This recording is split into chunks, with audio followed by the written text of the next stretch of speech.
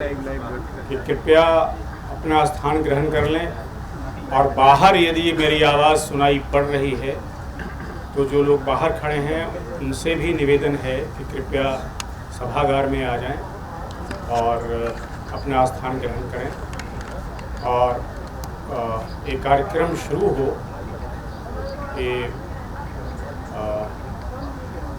इसके पहले आप सब जानते हैं कि लंबे अंतराल के बाद, यानी कि पिछले साल एक कार्यक्रम हुआ था पर ऑनलाइन हुआ था, पर इस तरह से जो शारीरिक रूप से या फिजिकल ये 2 वर्षों के बाद हो रहा है और इसमें हिंदी के और भारतीय भाषाओं के कई लेखक इस कोरोना काल में दिवंगत हुए, हमारे बीच नहीं रहे। इसमें 2 ऐसे भी हैं जो इस पुरस्कार की समिति के निर्णय प्रक्रिया से भी जुड़े रहे, श्री मंगलेश यवराज जी और अर्चना वर्मा जी, उनका भी जन्म हुआ। तो इन 2 लेखकों और साथ ही साथ जो कोरोना काल में दिवंगत हुए हिंदी और भारतीय भाषाओं के लेखक हैं, उनकी याद में सबसे पहले हम 2 मिनट का मौन रखें। आपसे निवेदन है।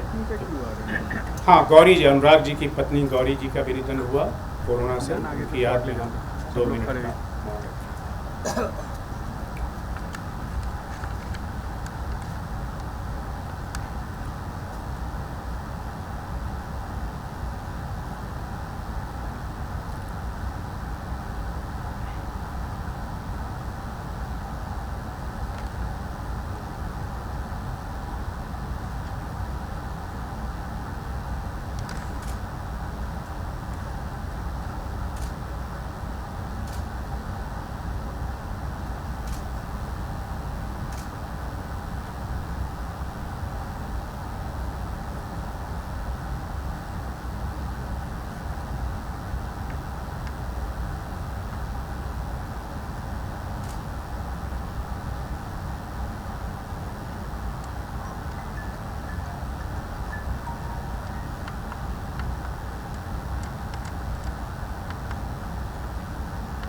अब आगे की कार्रवाई शुरू करते हैं।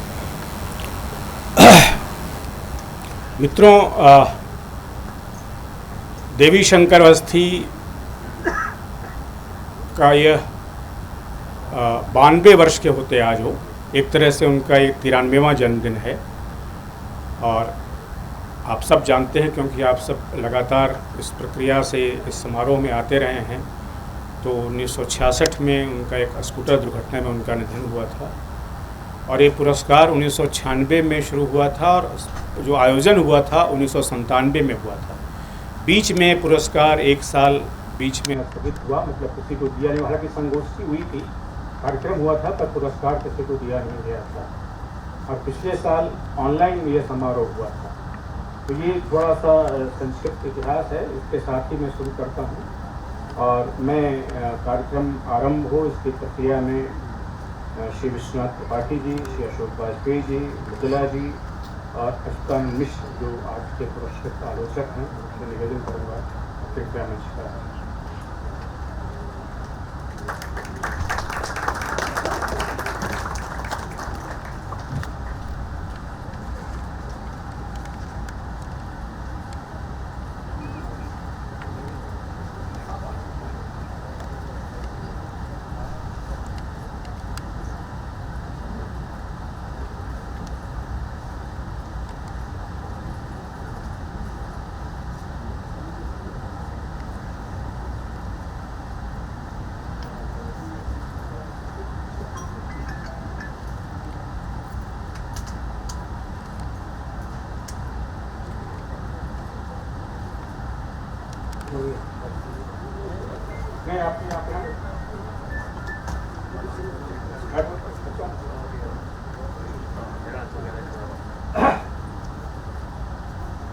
जैसी कि रिवायत बन गई है, शुरू में इस कार्यक्रम की शुरुआत में पुष्प गुच्छ दिया जाएगा, पर इसके पहले मैं आपको बता दूं कि ये कार्यक्रम 2 चरणों में है।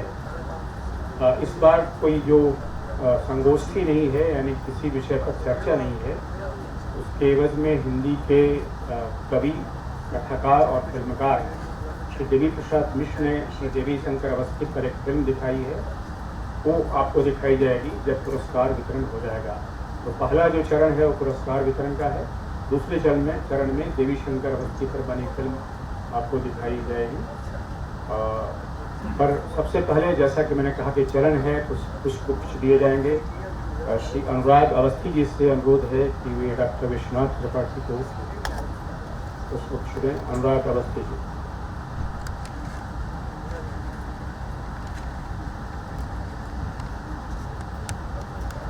डॉक्टर साहब,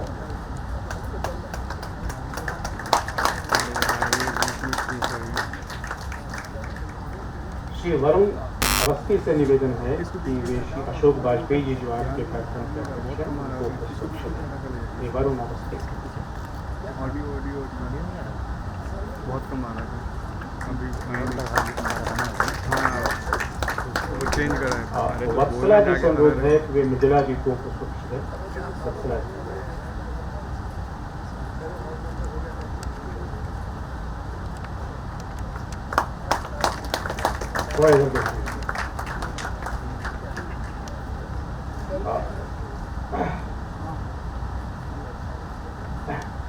देविका जी से अनुरोध है कि वे आज के जो पुरस्कृत आलोचक हैं श्री अच्युतानंद मिश्र उनको पुरस्कृत करें।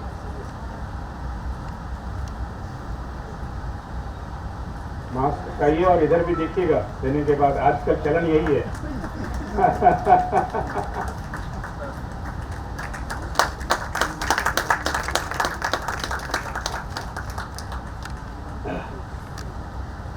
जैसा कि मैंने आपको बताया कि आज एक फिल्म भी दिखाई जाने वाली है। अब फिल्म के पहले कुछ देना शायद एक जो पूरा कार्यक्रम का आर्किटेक्चर है उसमें सही नहीं होगा, वो काम भी अभी ही कर लिया जाए। कार्तिकेय जी श्री देवी प्रसाद मिश्र को पुष्प देंगे। देवी जी आगे आ जाइए। कैमरा की भी जरूरत, अरे फोटोग्राफी की जरूरत होती है। आप फिल्मकार हैं तो इस तरह तो अभी आप फिल्मकार के रूप में हैं कवि के।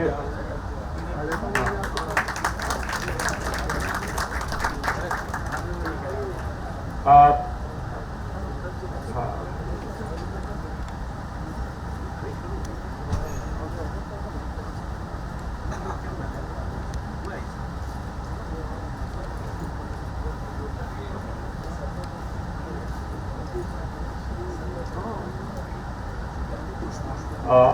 और अंत के पुष्पगुच्छ कार्यक्रम में एक क्षतिपूर्ति, क्योंकि पिछले साल एक कार्यक्रम ऑनलाइन हुआ था तो जो पुरस्कृत आलोचक हैं आशुतोष भारद्वाज उनको कुछ नहीं दिया जा सका। तो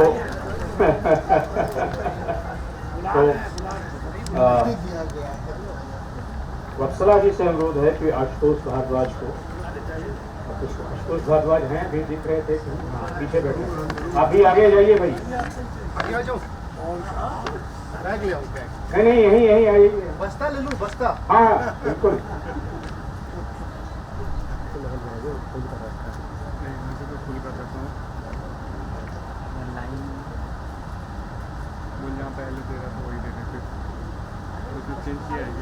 वैसे तो यहाँ और भी जो पहले से पुरस्कृत आलोचक हैं जिनको सम्मान मिला है वो उपस्थित हैं। विनोद तिवारी जी हैं। यहाँ आइए ना, आपको तो कुछ लेना है। फोटो के साथ खड़े होइए जो देवी शंकर अवस्थी जी का फोटो है।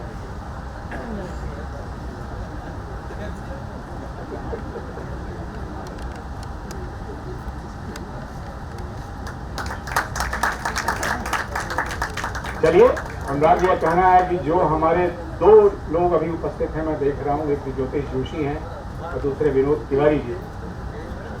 उनको अगर मिल गया पिछली बार फिर भी आ जाइए। ज्योतिष जोशी जी कुछ ले लीजिए।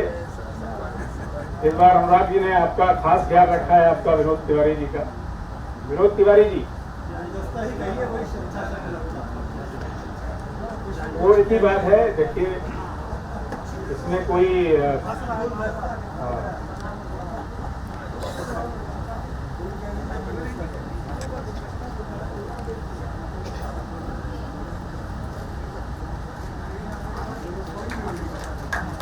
आइए विनोद जी, अरे आ जाइए भाई।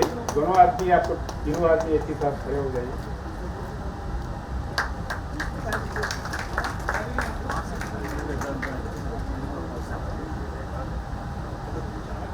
नहीं अरे ठीक है, मैंने ले लिया।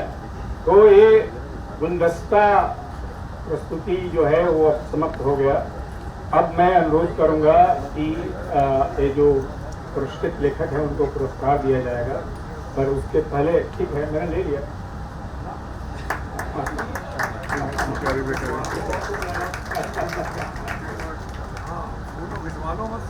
यार दोस्तों से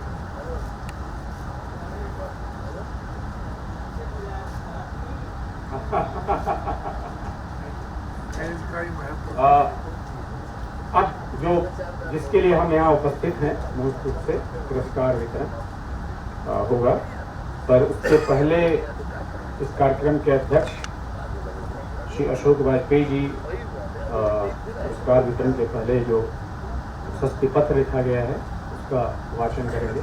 अशोक वाजपेयी जी से अनुरोध करूँगा वो पुरस्कार का वाचन करें। अंत में उनका अध्यक्षीय व्याख्यान है, तो अभी वो प्रशस्ति पाठ करेंगे।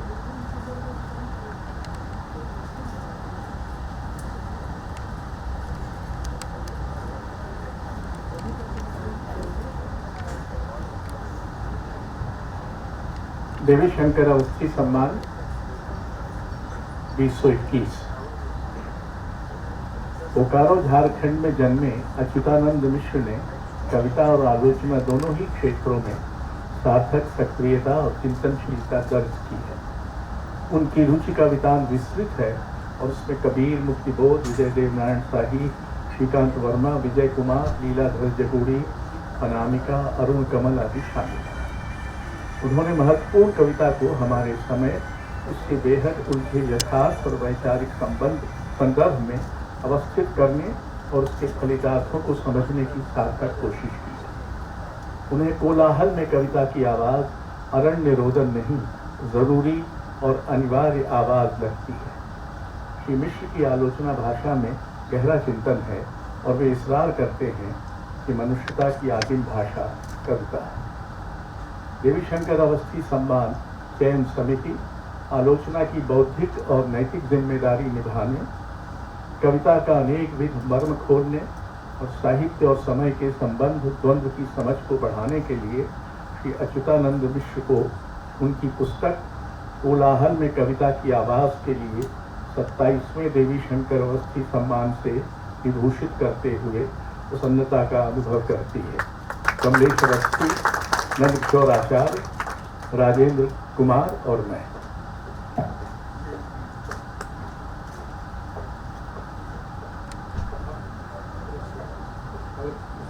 अब पुरस्कार वितरण की औपचारिकता, जो प्रशस्ति पत्र है वो दिया जाएगा। विश्वनाथ जी से निवेदन है और मृदुला जी आप भी थोड़ा कार्यक्रम सामने से सपोर्ट है लाइव फोटोग्राफी का आजकल। हाँ अच्छा है। अशोक जी देंगे ये क्या नाम है प्रशस्ति, और उसके बाद विश्वनाथ जी।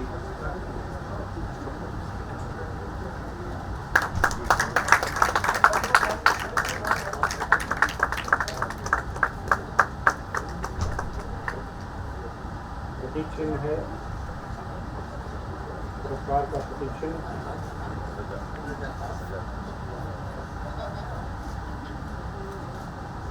और चेक भी है, अक्सर चेक भी है।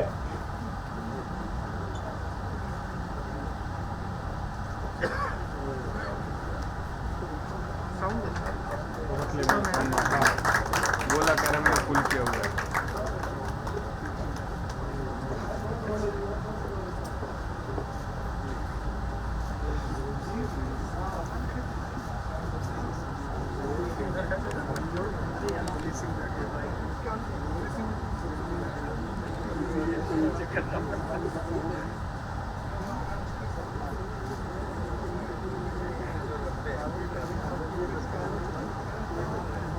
मित्रों, आज आलोचक पत्नी कमलेश अवस्थी जी हमारे बीच उपस्थित नहीं है। वे अभी उनसे बातचीत हुई थी, मेरी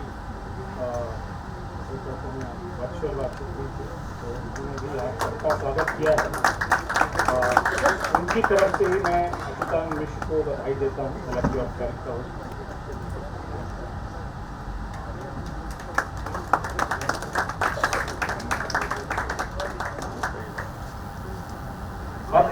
प्रतिष्ठित आलोचक श्री हरिपाल मिश्र अपना पत्र देंगे। बेकार हो गया। पहले तो थोड़ा समझ का आ रहा था, तो पूरा कर नहीं, ये बहुत बेकार है। वही दिक्कत। हाँ, उसी में बोलो लेवल पर है, तो ये तो बहुत बेकार है। ये इन्होंने पहले भी उससे दे रहा था, अभी ऑफिस से दे रहा है। हाँ, तो बस बेकार है। वही तो होगा। अध्यक्ष महोदय अशोक वाजपेयी जी, बहुत कम है यार। बाकी जी, मृदुला गर्ग जी, धर्मेंद्र त्रिपाठी जी उनको एवं सभागार में उपस्थित विद्वान लेखक, चिंतक, विचारक एवं मेरे प्रिय मित्र, मैं आप सबका अभिवादन करता हूँ। और इस वक्त सबसे पहले मैं देवी शंकर अवस्थी की स्मृति को नमन करता हूँ और चारों निर्णायकों के प्रति आभार व्यक्त करता हूँ कि उन्होंने आलोचना की यह जो बड़ी परंपरा है, उस परंपरा मुझे जोड़ने लायक समझा। इस समय यह जो पुस्तक है, यह मैथिली के बहुत महत्वपूर्ण कवि श्री हरिकृष्ण झा की स्मृति को समर्पित है। इस वक्त मैं उन्हें भी याद कर रहा हूँ। और पिछले तकरीबन 2.5-3 वर्षों में जितने हिंदी के लेखक दिवंगत हुए, उन सब की स्मृति को नमन कर रहा हूँ। मित्रों, देवी शंकर अवस्थी की आलोचना की अगर मैं बात करूं, तो मुझे लगता है कि 50 के दशक में हिंदी में आलोचना की एक नई परंपरा विकसित हो रही थी और वह परंपरा संवाद की परंपरा थी। दुर्भाग्य से वह परंपरा 30 या 40 वर्षों के बाद धीरे धीरे क्षीण होती गई। और मुझे लगता है कि जब मैं आज अपने वर्तमान के बारे में, अपने समय की आलोचना के बारे में जब विचार करता हूँ, तो मुझे लगता है यह जो 80 के बाद का जो दृश्य है, इस दृश्य को और हिंदी आलोचना के संदर्भ में और यह जो एक पूरा वैश्विक वितान है, उसके संदर्भ में हम कैसे देखें, इस संदर्भ में मैं बहुत विसंख्यित सी 2-4 बातें आपके सामने रखना चाहता हूँ। दुनिया को देखने का के 2 नज़रिए हैं। एक नज़रिया विज्ञान का है, जो चीज़ों को निर्धारित करता है। दरअसल विज्ञान ज्ञान को मूर्त करता है। दूसरा रास्ता कला का है। विज्ञान जो ज्ञान और चेतना का जो राजमार्ग है, उस राजमार्ग के बगल से कला की एक पगडंडी गुजरती है। और विज्ञान जो निश्चितता की दुनिया है, उस दुनिया से बाहर जाती हुई एक अनिश्चितता की दुनिया है, जो कला की दुनिया है। मुझे लगता है कि किसी व्यक्ति ने, किसी कलाकार ने एक दिन एक स्वप्न देखा, उसने मोम के पंख बनाए और वह सूरज की दिशा में उड़ गया और उसके पंख पिघल गए, वह मर गया, लेकिन वह अपने साथ उड़ने का स्वप्न छोड़ गया। यह जो उड़ने का स्वप्न है, यह कला का स्वप्न है। और हम देखते हैं कि उस स्वप्न के हजारों वर्षों के बाद विज्ञान ने उसे साकार किया। तो यह जो कला, जो स्वप्न और स्मृति का जो रास्ता है, यह अनिश्चितता का रास्ता है, यह कठिन रास्ता है। लेकिन तमाम सत्ताएं, तमाम तरह की निश्चितताएं इसे बार बार नियंत्रित और निर्धारित करने की कोशिश करती हैं। मैं कई बार सोचता हूँ, मुझे लगता है कि प्लूटो कोई वैज्ञानिक रहा होगा और उसने अपने समय समाज, मनुष्य, नैतिकता आदि को परिभाषित करना चाहा होगा और कलाकार ने उस परिभाषा के बाहर, उस दायरे के बाहर जाने की कोशिश की होगी और यही वजह रही होगी कि प्लूटो ने अपने गणतंत्र से कलाकार को बाहर निकाला। लेकिन प्लूटो ने जो ये कलाकार को गणतंत्र से बाहर निकाला, वह आज तक उस गणतंत्र से बाहर है और उसका यह जो गणतंत्र के प्रति जो आलोचनात्मक विवेक है, कला के मूल में यही विवेक है और यही वह रास्ता है जो कला का रास्ता है। लेकिन हम अगर थोड़ा ध्यान से देखें तो 18वीं सदी के बाद विज्ञान और कला का यह जो द्वंद्व है, यह जो द्विआयामी संघर्ष है, यह संघर्ष अपनी दिशा बदलता है और विज्ञान दर्शन से एक खास तरह के तकनीक की तरफ बढ़ने लगता है। और मित्रों, अगर मैं 19वीं सदी को याद करूं तो मुझे लगता है कि वो नए और पुराने के द्वंद्व के रूप में हम उसे याद कर सकते हैं। लेकिन 20वीं सदी, उसे हम कैसे याद करें? क्या उसे हम मुक्ति की सदी के रूप में याद करें? क्या उसे हम एक बड़े बृहत्तर घेराव की सदी के रूप में याद करें? क्योंकि हमारा जो वर्तमान है, हमारा जो आज है, वह इस 20वीं सदी को समझने और देखने से जुड़ा हुआ है। मुझे लगता है कि मनुष्य ने 20वीं सदी में जितने तरह के अंतर विरोधों को देखा और जाना है, यह मनुष्यता के इतिहास में इससे पूर्व कभी नहीं रहा होगा। यह जो अकूट गति है, इस गति का निर्माण 20वीं सदी के आरंभ में होने लगता है। मैं एक तरह से 3 लेखकों को अभी इस समय याद कर रहा हूँ और मुझे लगता है कि इन तीनों के रास्ते हम 20वीं सदी के उस आलोचनात्मक विवेक को समझ सकते हैं। नीत्शे ने कहा था, जब हम धीरे धीरे कविता पढ़ते हैं तो दरअसल हम आधुनिकता की आलोचना कर रहे हैं। शुक्ल जी को याद करें तो शुक्ल जी ने कहा, जो जो सभ्यता का विकास होगा कभी कर्म कठिन होता जाएगा। और तीसरी तरफ अगर मैं एडर्नो को याद करूं तो एडर्नो ने पूछा था कि क्या ऑस्विट्ज के बाद भी कविता संभव है। मुझे लगता है ये तीनों 3 तरह की बातें नहीं हैं, यह तीनों एक कलाकार के आलोचनात्मक विवेक की बात है, जिसे 20वीं सदी में धीरे धीरे कुंद किया गया।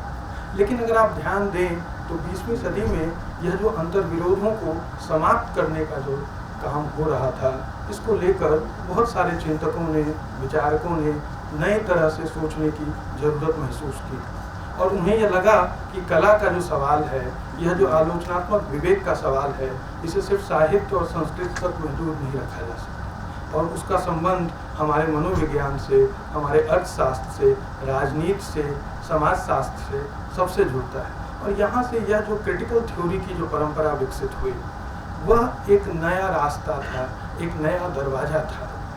और मैं उसके विस्तार में नहीं जाऊंगा, लेकिन इस छोटी भूमिका का उद्देश्य यह है कि मैं यह बताना चाहता हूं कि 50 के दशक में हिंदी आलोचना इसी क्रिटिकल थ्योरी के रास्ते, क्रिटिकल थ्योरी के विकास के रूप में हम देख सकते हैं। और न सिर्फ देवी शंकर अवस्थी, विजय देव नारायण शाही, मलेर और नामवर सिंह और सुरेंद्र चौधरी जैसे आलोचक संवाद की एक नई परंपरा विकसित कर रहे थे। एक ऐसी परंपरा जिसमें साहित्य का संबंध तमाम दूसरे तरह के अनुशासनों से जुड़ता है और यह एक बहुत बड़ी परंपरा थी। लेकिन 80 के आसपास यह परंपरा खंडित होती है।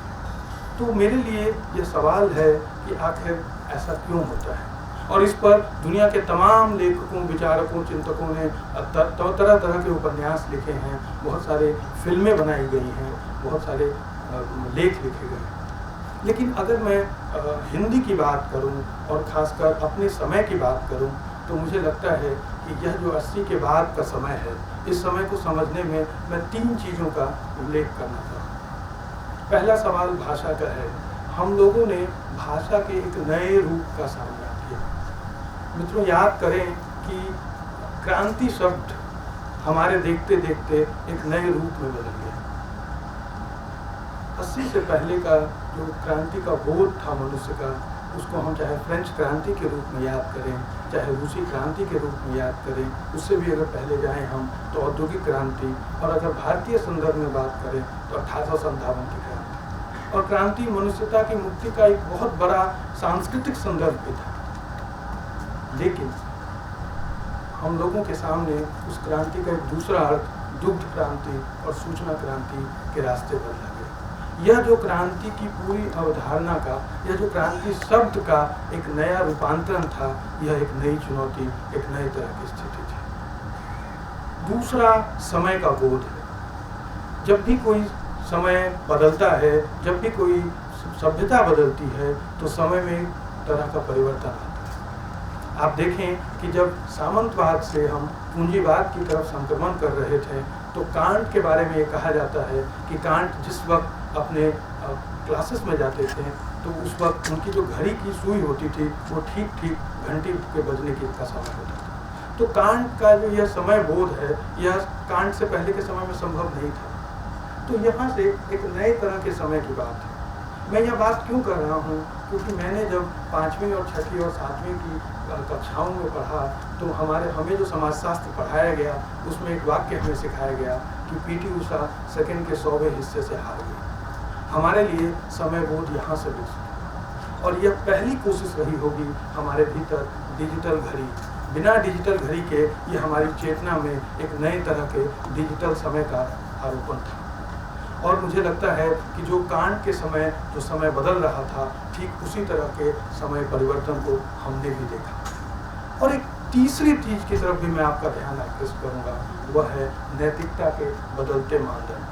हम लोगों ने 90 के दशक से पहले हम सब गांधी को लेकर और तमाम चीज़ों के बारे में भी जानते थे और हमारे समय में ये सिखाया गया कि मजबूरी का नाम महात्मा गांधी। लेकिन सिर्फ यही नहीं था, 92 या 91 में ठीक वर्ष ना भी याद करता हूँ, पर हर्षद मेहता यहाँ से एक पूंजी की ताकत, एक समानांतर नैतिकता का बोझ जगाने लगी।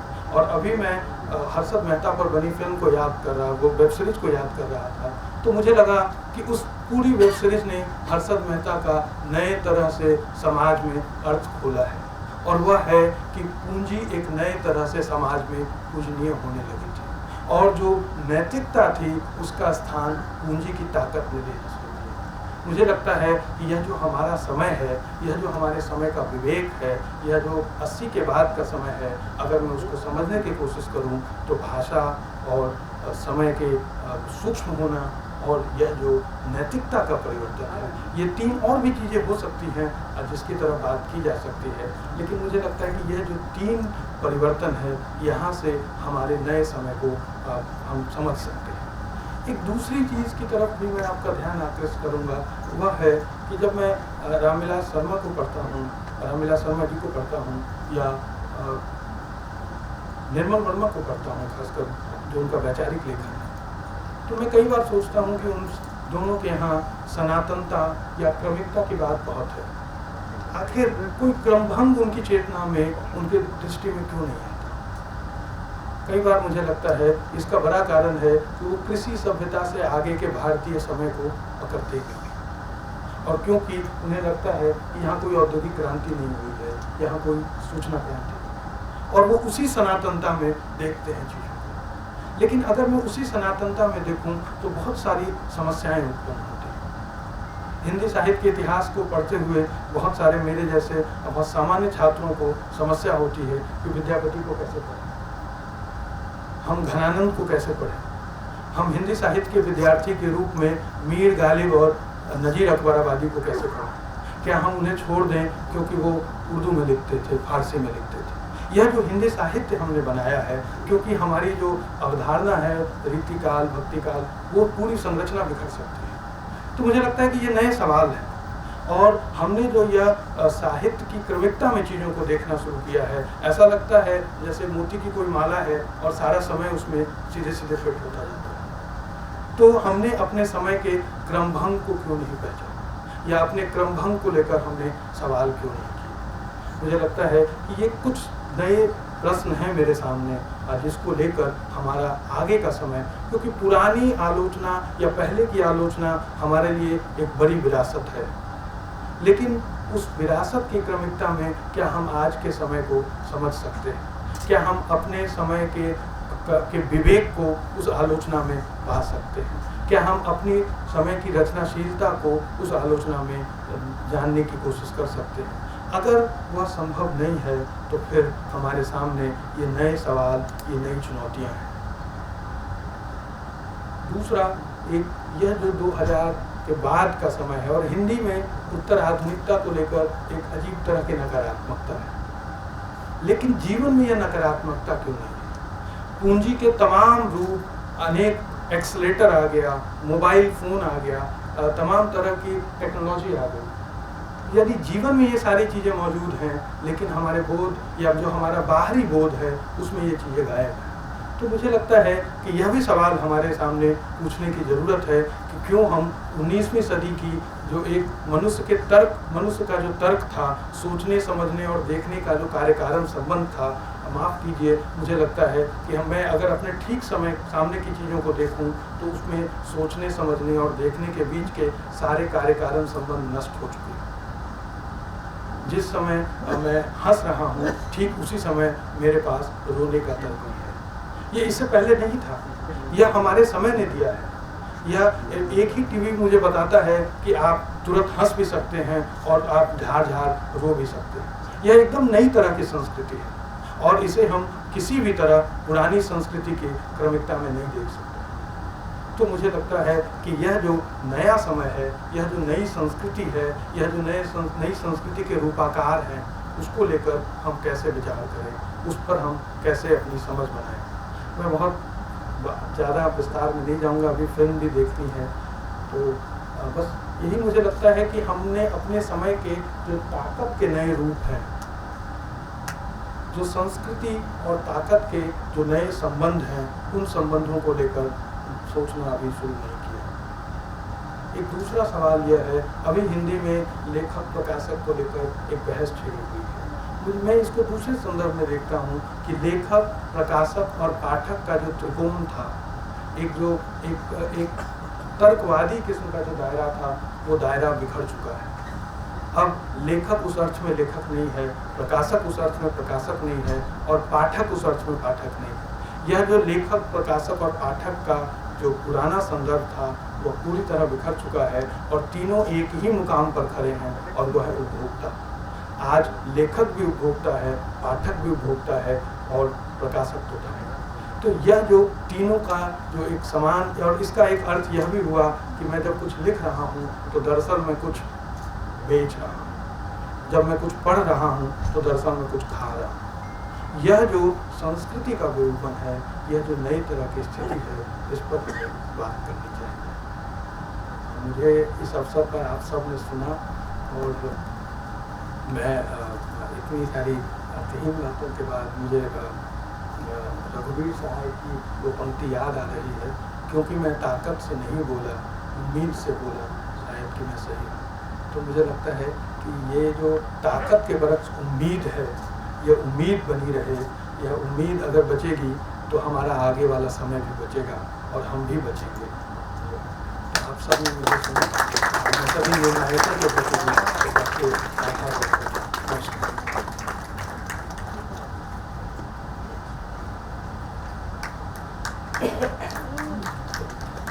धन्यवाद सुधांशु मिश्र जी।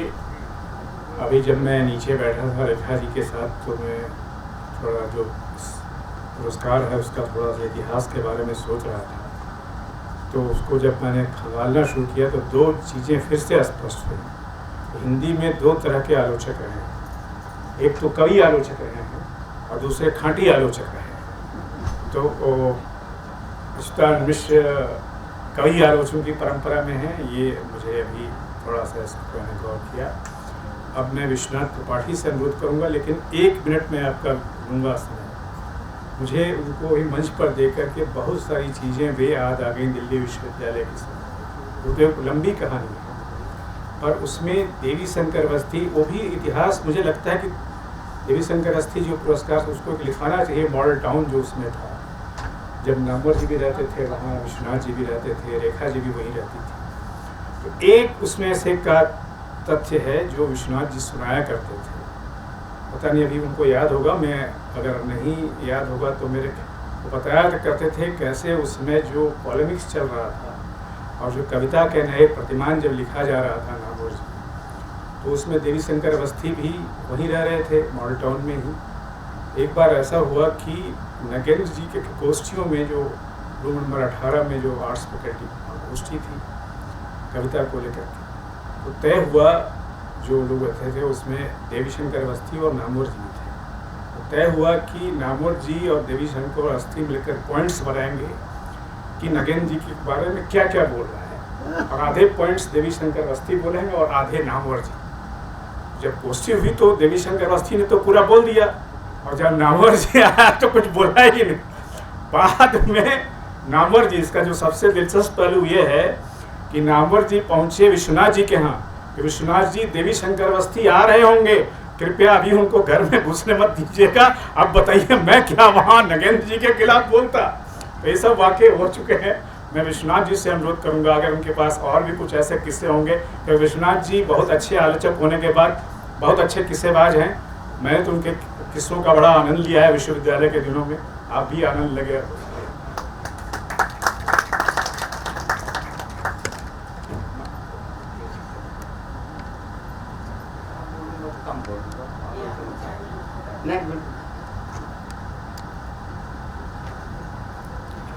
अशोक जी, मधु जी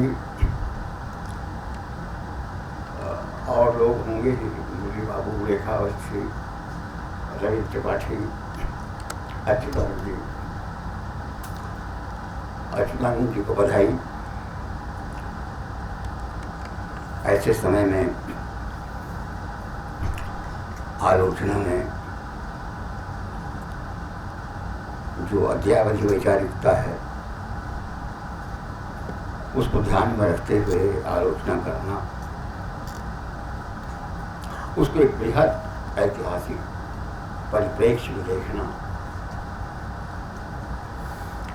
जरूरत है हमारी, और वो जरूरत अच्युतानंद मिश्र अंशतः पूरा कर रहे हैं, तो निश्चित रूप से वो बधाई की बात है। दूसरी बात,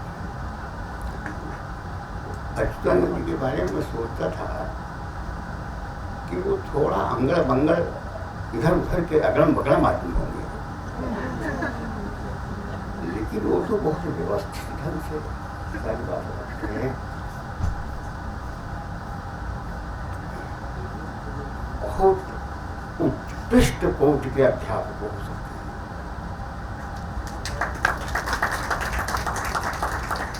और इस समय को प्रच्छन्न बौद्ध आद्य शंकराचार्य की नगरी में ये प्रच्छन्नता उन्हें कहाँ ले जाएगी, पर उनको विचार।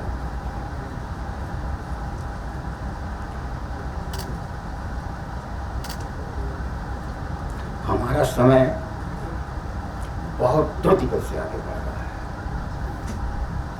उसका थोड़ा बहुत काफी झलक आपने अच्युतानंद जी के भाषण में सुना।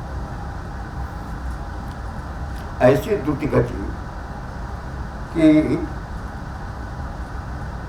देखत नयन चढ़ा जग जाई, कहाँ मानो कुछ न रहाई। ऐसे में अगर आज से मैं ये कहूँ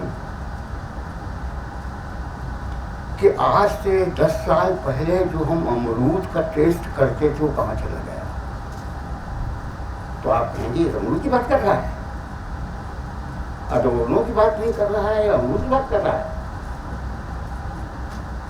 मैं ये कहूँ कि वो छोटे छोटे पेड़ अमरूद के जो इलाहाबादी थे, उनके बजाय वो इतने बड़े बड़े अमरूद आ रहे हैं, पेट खराब होता है, कहाँ सब चले गए। पूरी एक जाति का स्वाद बदल गया रहा है। ये रस कविता विता के जीवन से आया है, उसी स्वाद से आया है। वो फल कहाँ चले गए, देखत नैन चला जग जाई। द्वितीय है,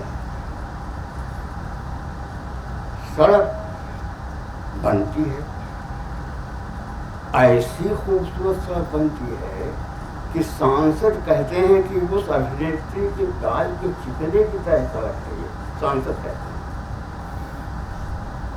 सड़क चौड़ी हो गई, ये चौड़ी सड़क उस कवि की कविता में प्रतीक बन गया है, जो कहता था कि खबरदार मेरी कविता में प्रतीक मत बोलना। ये प्रतीक नहीं, ये मेरे बच्चे हैं, प्रतीक नहीं है, जो कहता था, जिस पर चित्तौड़गढ़ ने काम किया है।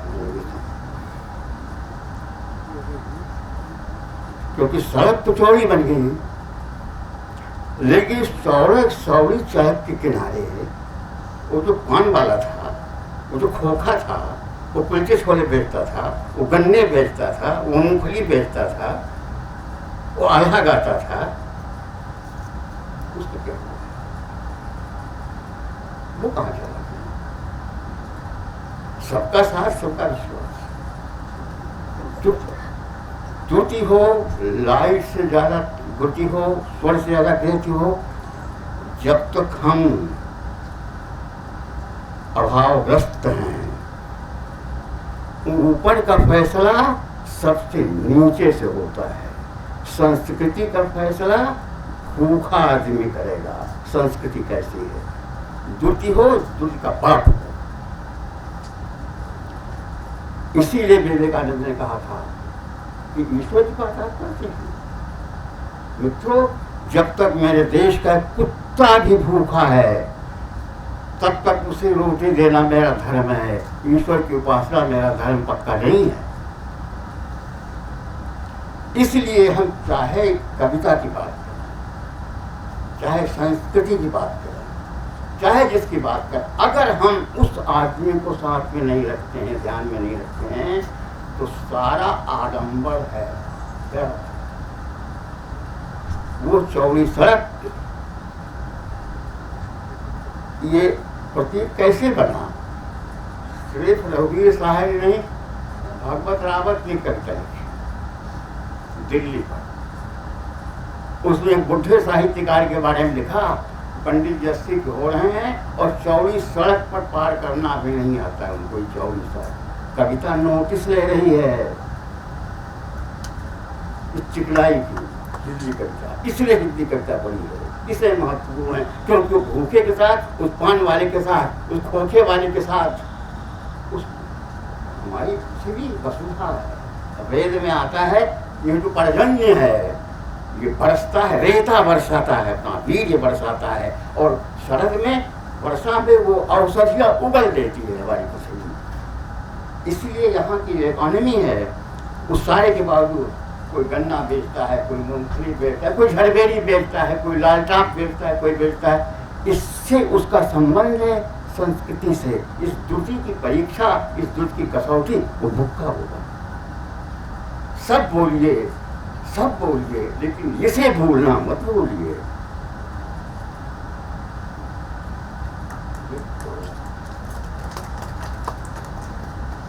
बड़े से बड़े सभागार में भी उसकी आवाज आनी चाहिए।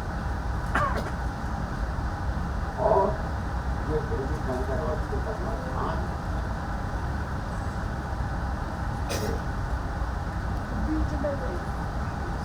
हमने कई संस्थान खोले हैं।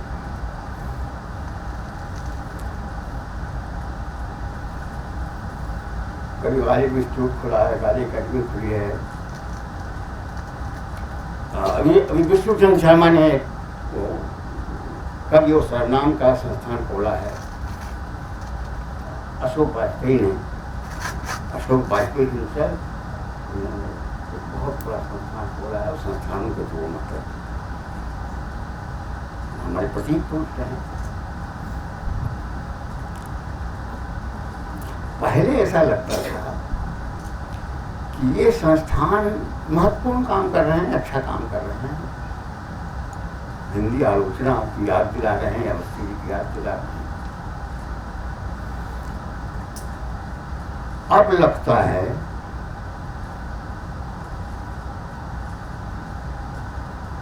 कि ताकतवर लोग हमारी सभ्यता और संस्कृति की विडंबना ये है कि जालिम ताकतवर ही होता है। अगर कहीं ऐसा हो जाए कि न्यायी व्यवस्था ठीक, आदमी ताकतवर होता है, तो कितनी अच्छी होगी। जब सत्ता संकट डालती है संस्कृति पर, जब चमचमाती हुई चीजें संकट डालती हैं, वो आकर्षक होती हैं, ताकतवर भी होती हैं, आकर्षक भी होती हैं। तक ये छोटे छोटे संस्थान, छोटी छोटी वित्तीय वित्त से चलने वाले संस्थान, कोई होशंगाबाद में है, कोई सहारनपुर में है, कोई त्रिशुलापल्ली में है, झारखंड में भी होगा, तो में भी होगा। ये कारगर होते हैं, ये काम करते हैं, ये प्रतिरोध करते हैं। देवी शंकर वस्तु का संस्थान समिति अब तक इस कसौटी पर खरी उतरी है। मैंने सुना मेरी छोटी बहन की तरह से है ये रेखा। इसने मुझे कुछ दिन पहले बताया कि अब हम थक रहे हैं, पारिवारिक संकट आया है,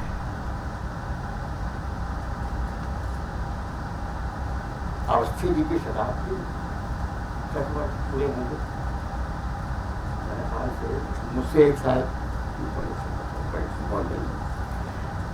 मेरा प्रस्ताव है, मेरी अनुरोध है, मेरी प्रार्थना है, मैं तो तब तक नहीं रहूँगा, लेकिन ये कम से कम तब तक तो ये संस्थान चलना ही चाहिए किसी न किसी तरह से,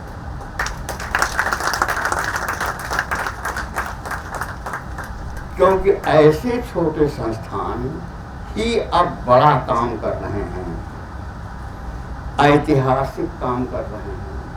इतिहास में थोड़ी दूर तक रास्ता दिखाने का काम तो बड़े लोग करते हैं,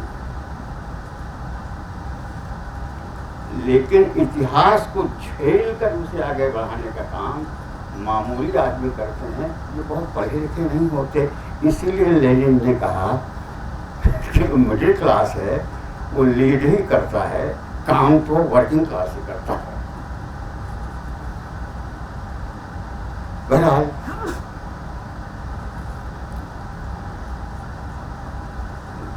मैं आशा करता हूँ कि मेरी आशा विश्वास करता कि मेरा विश्वास इसके व्यवस्थापक सुनेंगे, और लोग सुनेंगे, आप लोग सुनेंगे, इतिहास भी सुनेगा। धन्यवाद।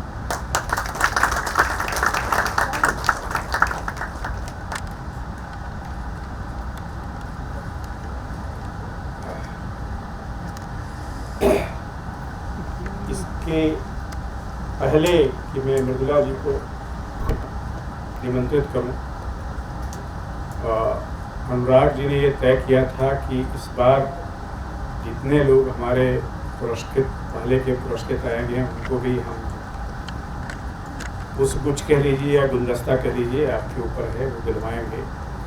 वैभव सिंह भी हमारे बीच उपस्थित हैं, और इसके साथ आदरणीय डॉक्टर नित्यानंद तिवारी जी, जो न सिर्फ देवी शंकर अवस्थी से निजी तौर पर काफ़ी जुड़े रहे, उनकी एक लंबा उनसे इतिहास रहा है, और इस समारोह इस कार्यक्रम से भी वो भी हमारे बीच अनुरोध है। मैं सबसे पहले अनुरोध करूंगा अनुराग जी से कि वैभव सिंह जी आएँ और उनको पुष्पगुच्छ भेंट करें। वैभव सिंह जी कहाँ हैं?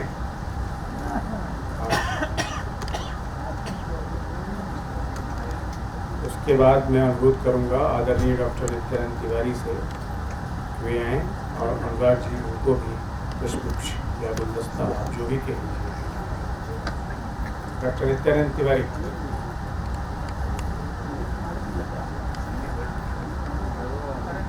चले गए? क्या नित्यानंद जी चले गए? अच्छा, मेरी भी याद बहुत पुरानी स्मृतियाँ जो हैं वो ताज़ा हो रही हैं। विश्वनाथ जी के साथ अभी फिर नित्यानंद जी के साथ भी हो रही हैं।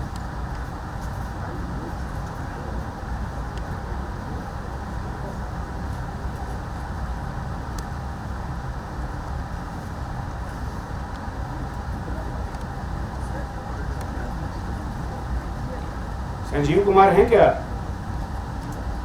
संजीव कुमार भी आने वाले थे, मैं यहाँ से देख नहीं पा रहा हूँ, दूर का चश्मा लगा के देखता हूँ आए हैं कि नहीं है, नज़दीक तो नहीं रहे हैं।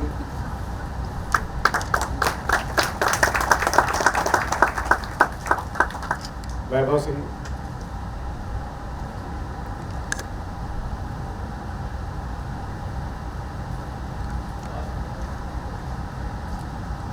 वैभव जी मास्क, वैभव मास्क हटा लो अभी फोटो के लिए जरा। हाँ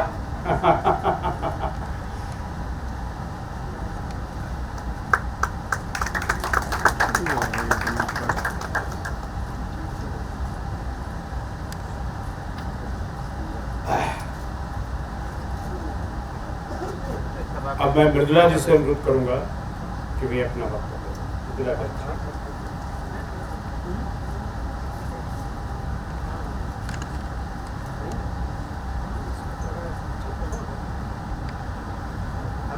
मैं सबसे पहले तो अच्युतानंद मिश्र का को बहुत बधाई देती हूँ। किताब तो मैंने नहीं पढ़ी है क्योंकि मुझ तक पहुँची नहीं थी।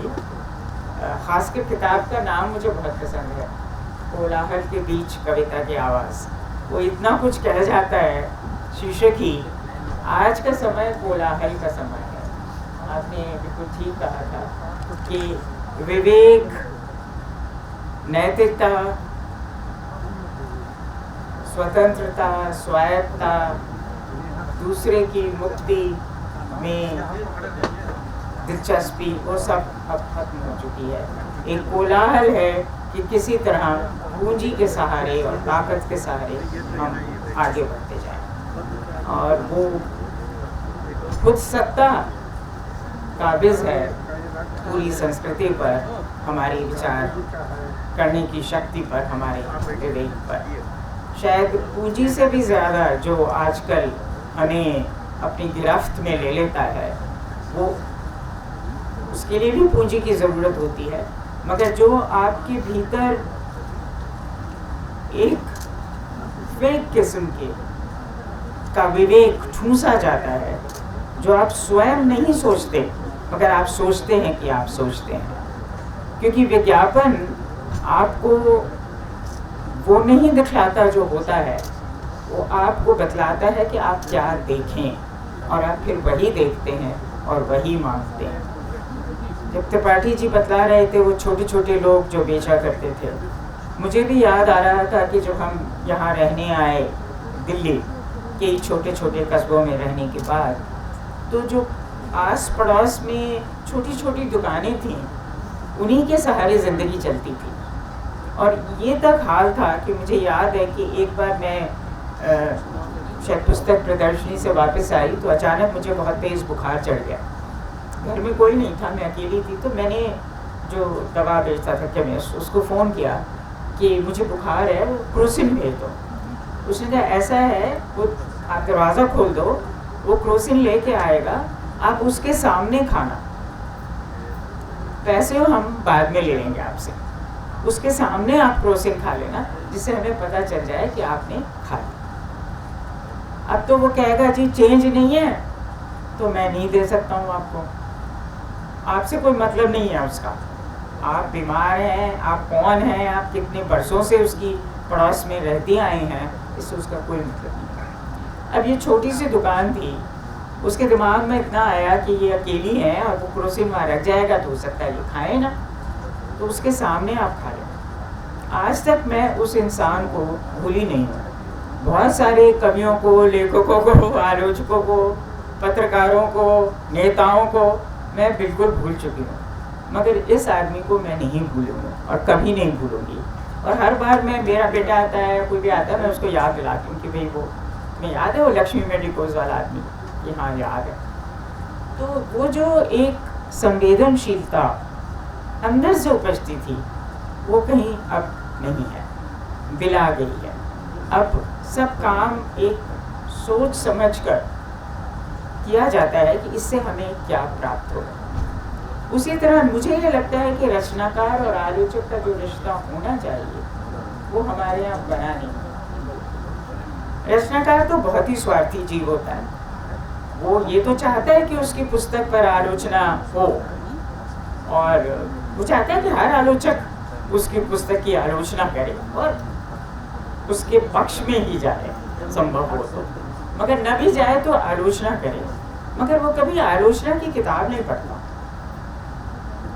आलोचना के सिद्धांत जानने की कोशिश नहीं करता, ये जानने की कोशिश नहीं करता कि रचना का उद्गम और आलोचना का उद्गम उसी विवेक से होता है, और वो विवेक पैदा तब होता है जब आप अपने परिवेश, अपने पर्यावरण, अपने समाज, पूरे समाज से, समाज की स्थिति से, राजनीति से, सब चीज़ों से एक आत्मीय जुड़ाव महसूस करें। सिर्फ जुड़ाव नहीं, उसका क्रिटिक भी करने की हिम्मत रखें। आज वो हिम्मत हमें चुकती जा रही है, क्योंकि हमें हमारे भीतर एक विकृत मानसिकता पैदा कर दी गई है कि ये अच्छा है, ये बुरा है, कि लोग आपस में बटे हुए हैं।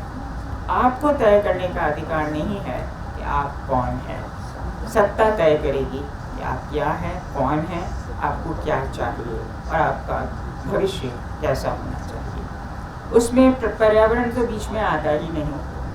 तो एक मुझे लगता है कि कोरोना ने खासकर हमें दिखलाया बहुत स्पष्ट तौर से कि एक युद्ध छिड़ा हुआ है पूरी मानवीय सभ्यता और मानव के बीच में, और जो इस प्रकृति का हम विनाश करते रहे हैं उसके बीच में। प्रकृति ने आखिरकार ये निर्णय ले लिया है कि वो बदला लेकर रहेगी, कि वो प्रतिशोध लेकर रहेगी।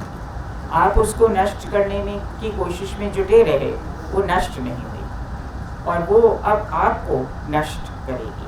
तो ये एक युद्ध है, बाकायदा युद्ध है, जिसकी एक तस्वीर कोरोना ने हमें दिखलाई। और यही युद्ध देश के अंदर वो सत्ता और हमारे बीच में चल रहा है। हम बार बार हथियार डाल देते हैं। क्रांति से तो हम घबराने लगे हैं। क्रांति सिर्फ सूचना की होती है।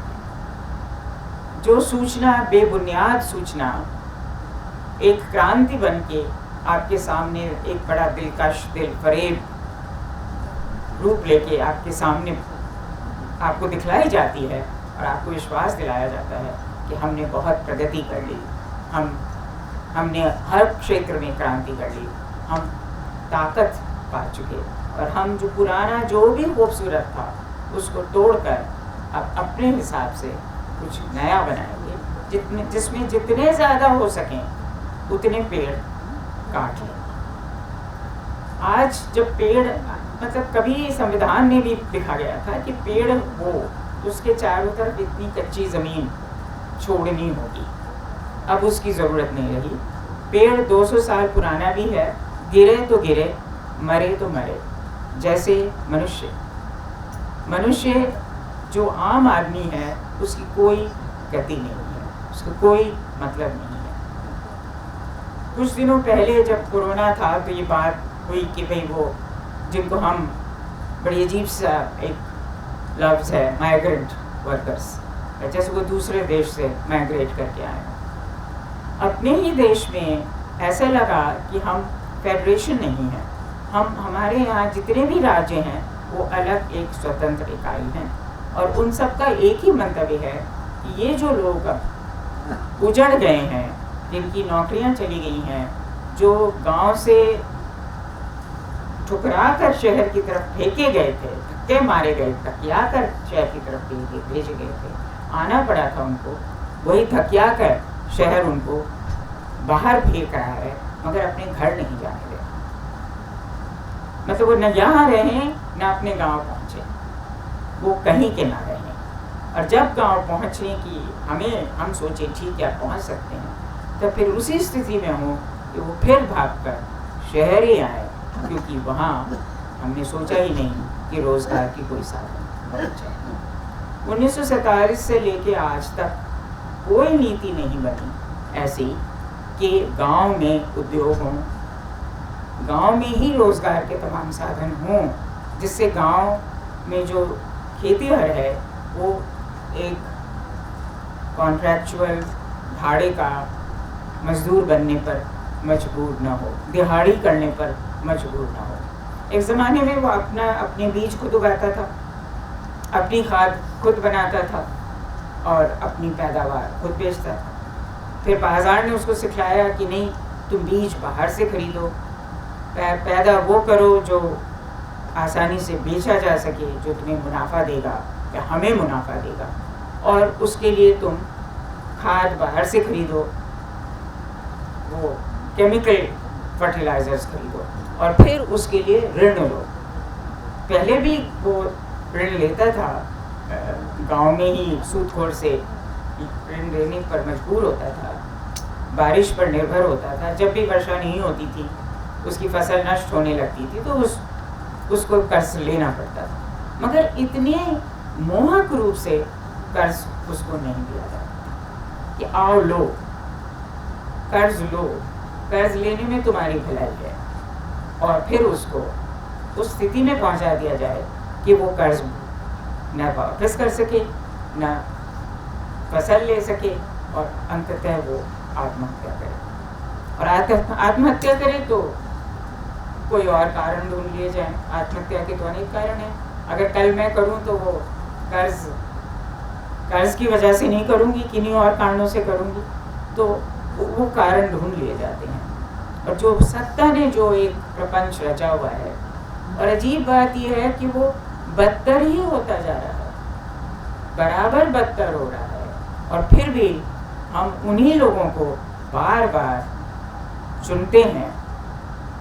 एक तानाशाह होता है, जो तानाशाह जब आता है उसके खिलाफ आप क्रांति करते हैं, क्योंकि आप जानते हैं कि वो तानाशाह है।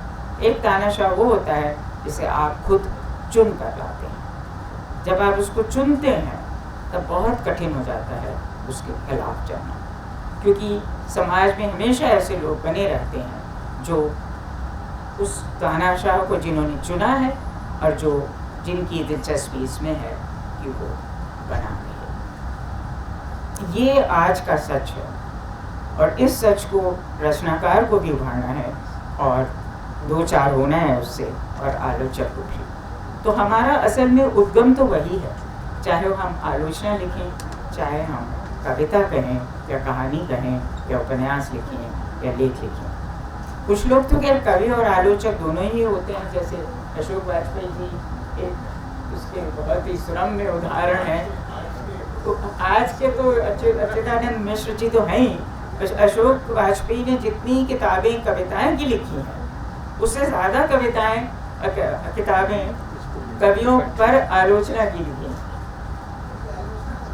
हाँ, मतलब वो उससे ज़्यादा उन्होंने, मगर मेरा मंतव्य वो नहीं था कि आप रचना की आलोचना कर रहे हैं उसे पढ़ें। मेरा मंतव्य ये था कि आलोचना के जो सिद्धांत, आलोचना के जो मूल तत्व हैं, उनको समझने की हम कोशिश करें, उनको भी हम जानें। उनको जब तक हम नहीं जानेंगे तब तक हम रचना नहीं कर सकेंगे। मैं बहुत अनर्गल बोला शायद, मगर जो मेरे मन में था वो मैंने बोला। नमस्कार।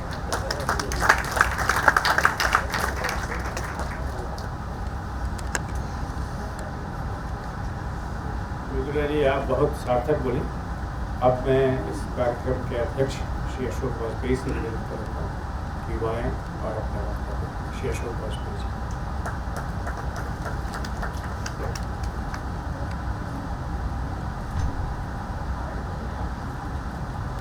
मित्रों, समय बहुत हो गया है और हमको एक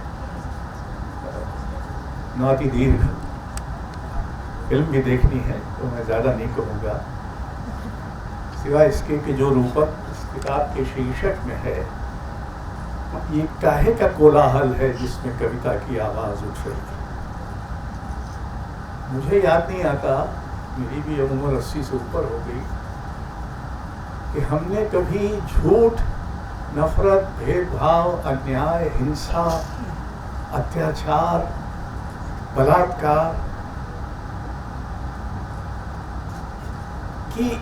का कोलाहल इस पूरी तरह से सुना हो, इतने माध्यमों से सुना हो जितना हमें सुनाया जा रहा है। और इस कोलाहल को कम से कम हिंदी अंचल में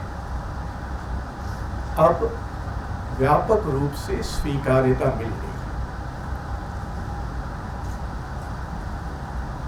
वहां ये वो समय है जिसमें आलोचना करने को अपराध घोषित किया जा रहा है।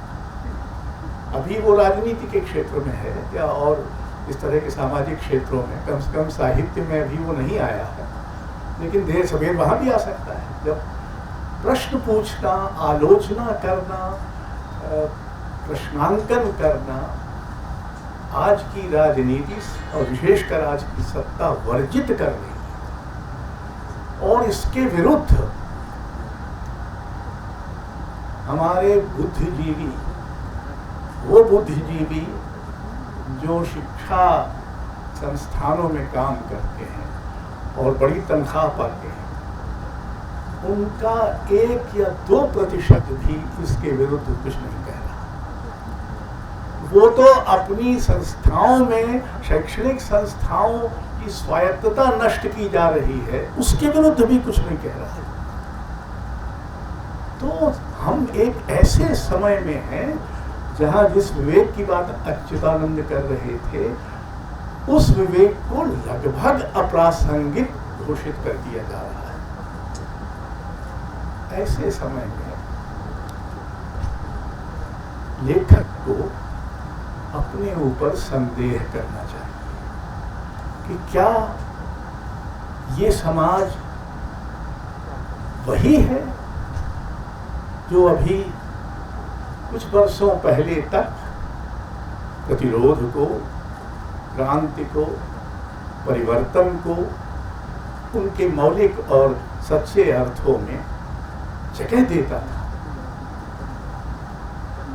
क्या वही हिंदू धर्म है जो हिंदुत्व नाम के एक भयानक विद्रूप की में घटा दिया गया है और धीरे धीरे सारी संस्कृति तमाशा बन के रह गई?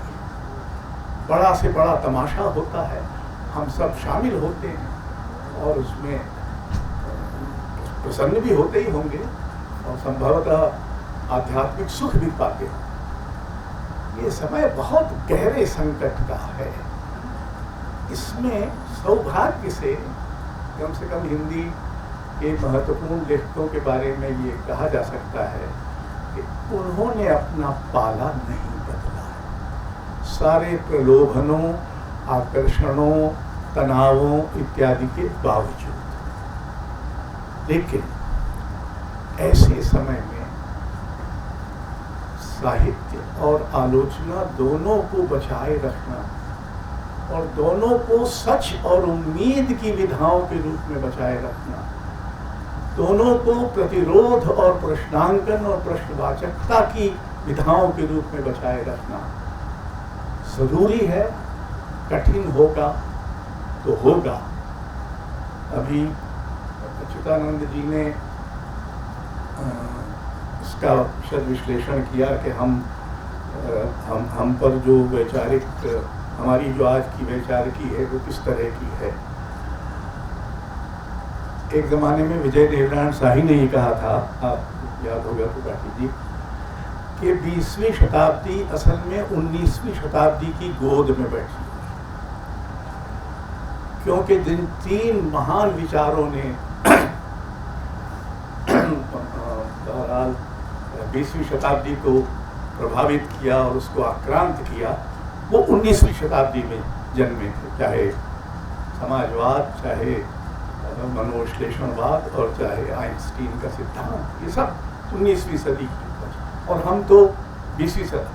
क्या 20वीं शताब्दी अब हमारे सिर पर बैठी हुई है?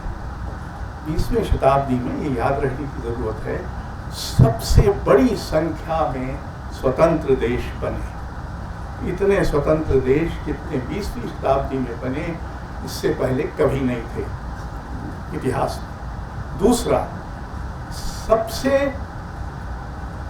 बड़ा प्रयोग एक समाजवादी संरचना बनाने की कोशिश 20वीं शताब्दी में।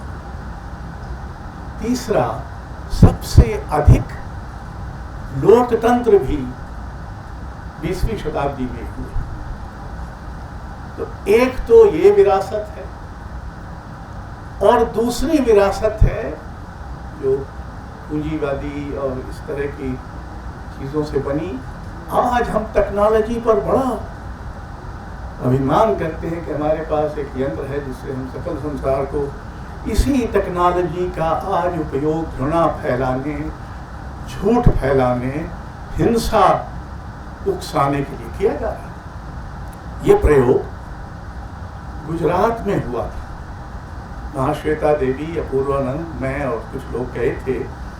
तो वहाँ पता चला कि फ़ोन करके दंगाइयों को कहा गया कि ये बेकरी का नाम तो संतोष बेकरी है, लेकिन इसका मालिक मुसलमान है। ये सूचना मोबाइल पर दी गई थी। मोबाइल का बहुत ही सुघड़ उपयोग उस नरसंहार को नियोजित करने के लिए गुजरात में किया गया था। और ये कोई मैं आपके लिए कोई नई बात नहीं कह रहा हूँ, ये दर्ज है, रिकॉर्डेड है वगैरह। इसके बावजूद, उस सब के बावजूद इस समय हिंदी समाज गहरे संकट में है। उसका साहित्य ही उसका असली राजनीतिक प्रतिपक्ष है, अगर है।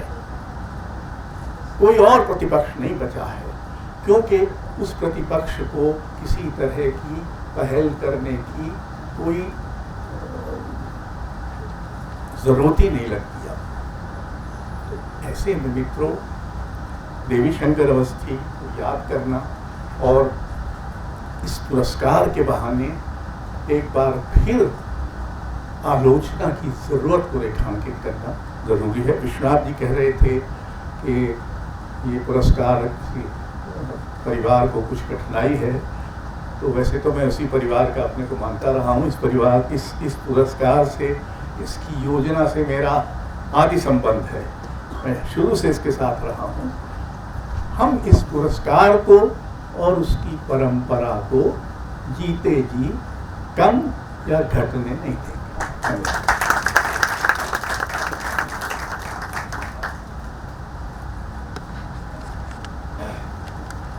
धन्यवाद अशोक जी। अब इसका दूसरा कार्यक्रम का दूसरा चरण आरंभ हो रहा है।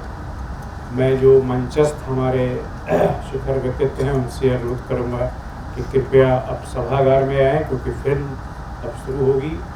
और इसके पहले की फिल्म शुरू हो, मैं जो फिल्म के जो निर्देशक हैं दिलीप प्रसाद मिश्र, उनसे अनुरोध करूंगा इस फिल्म को बनाने की प्रक्रिया में जो बातें उनमें आई, अगर कुछ उनको कहना चाहते हों अपनी टीम से, वो देवी प्रसाद जी जो कहना चाहें, अपनी टीम से परिचय कराना चाहें। खैर उनका देवी प्रसाद जी का कहना है कि नहीं, अब सीधे सीधे वो फिल्म दिखाएंगे। जो कुर्सियां हैं जरा इसको भी अगर कृपया हटवा दें, जो व्यवस्था में लोग लगे हुए हैं सामने से, और जो लाल रंग के कुछ हैं इनको भी सभागार में ले जाएं, ताकि फिल्म देखने वालों को कोई परेशानी न हो।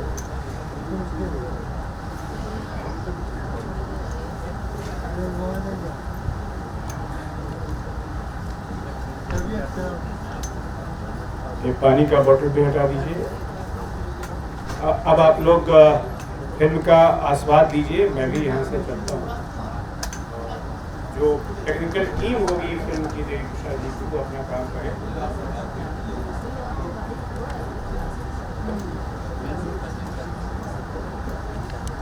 होगा कि बहुत अच्छी फिल्म बनाई है। मैं देवी प्रसाद मिश्र को बधाई देता हूँ।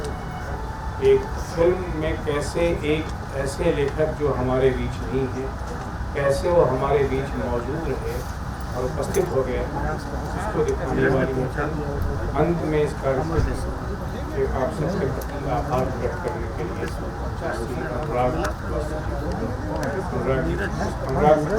के आभार प्रदर्शन के बाद एक कार्यक्रम समाप्त मान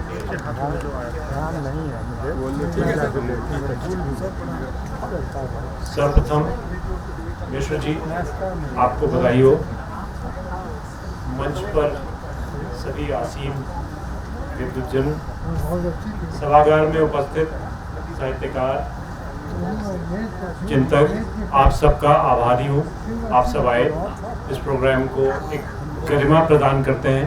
पिछले साल जब ये ऑनलाइन प्रोग्राम हुआ था, तब एक आशा व्यक्त की गई थी कि हम नेक्स्ट टाइम इसी सभागार में हम लोग इस बार मिलेंगे।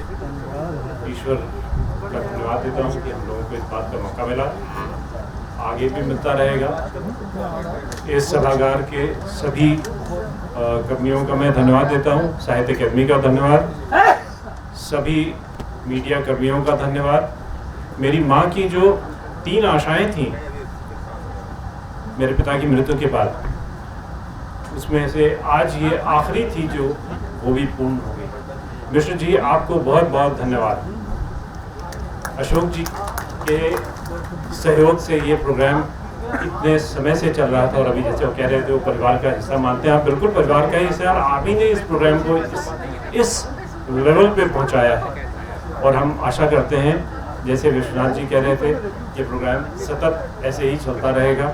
आप सबके सानिध्य से इसी आशा के साथ बहुत बहुत धन्यवाद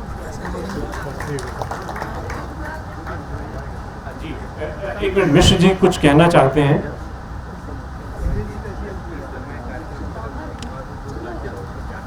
असल में केवल एक ये बात कहनी थी कि ये बहुत ख़राब प्रोजेक्शन है, और ये जो हमने फिल्म जिस तरह से बनाई है उसमें ये 720 पे है, और जो कि हम लोगों का मतलब कम से कम 4K पर बनी हुई फिल्म है। ना तो इसमें साउंड किसी काम का है, ना इसमें प्रोजेक्शन किसी काम का है, तो उसको लेकर थोड़ी सी निराशा तो हुई, लेकिन एक अंदाज़ा हो गया, तो ये ठीक है। बस इतनी ही बात मैं जोड़ना चाहता था, अदरवाइज अच्छी दिखेगी।